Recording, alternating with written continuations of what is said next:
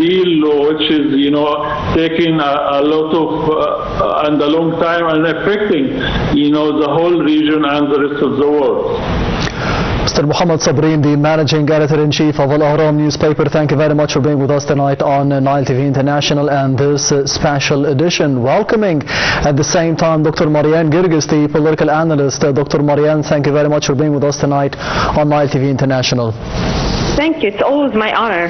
The honor is all mine. First of all, how do you comment on the latest breaking news regarding the statements by the U.S. President Donald Trump and the Iranian officials regarding the war in the Middle East, and that Iran should be returning to the negotiating table according to the statements of the American president? Yes, the situation in the Middle East is extremely tense, and this rising military activity and the ongoing regional conflicts and the risk of any further escalation are creating a highly volatile and unpredictable environment across the region. Let me say here that the Middle East is facing one of its most intense and dangerous moments over all the past years and the past decades. Especially, we are very near to a deal between Iran and the U.S. Maybe we are talking about 4 phases from this deal and these negotiations, yet from the past hour we have seen the strikes and closing the airspace of Jordan and of the south of Syria. All these escalations are not in the benefit at all of the deal between Iran and the U.S. in order to trying to embrace all the escalation that's happening in the region. Yes, and one of the main statements of the American President Donald Trump is that he will be calling the Israeli Prime Minister Benjamin Netanyahu and will be convincing him not to be retaliating against the strikes of Iran against Tel Aviv. Do you think that the Israeli Prime Minister will not be escalating the situation after those attacks?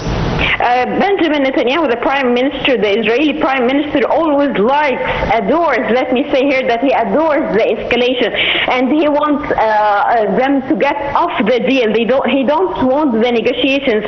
Maybe I always say that Benjamin Netanyahu, the Prime Minister, is trying to hide himself against all the cases raised against him in the court inside the war. I think he is the only one over all this earth that he feels safe inside the war, trying to make this war a shield against from all the cases in the court.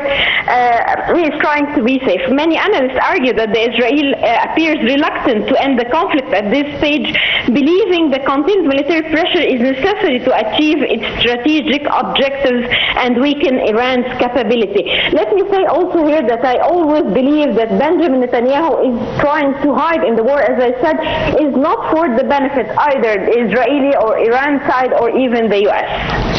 Yes, on another front, the comments by the Iranian authorities that were circulated by Reuters news agency that the GCC countries and the American bases in the region in general, and more specifically in the Middle East and the GCC countries, are considered legitimate targets if Israel attacks Iran. How do you see the situation for the GCC countries, and more specifically, as we did see for the past couple of days, the attacks that targeted Bahrain and Kuwait, and the condemnation by Egypt and the Egyptian president and the Egyptian foreign ministry against those blatant attacks?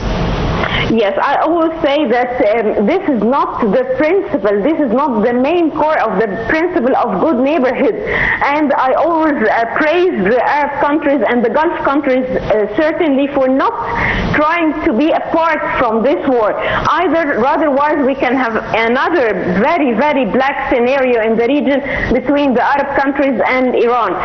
Let me say that we are trying to reach the moment of the deal, and maybe one of the most important points that they were talking about, the analysts, in the past 3 days were the sanctions and trying to get the frozen assets of the Iran. And this is a very important point. Yes. That in the past few hours that we have witnessed.